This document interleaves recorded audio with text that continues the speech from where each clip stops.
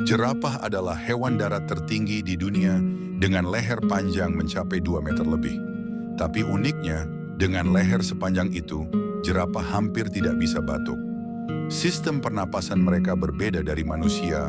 Saluran tenggorokan terlalu panjang sehingga tekanan udara untuk mendorong batuk tidak cukup kuat.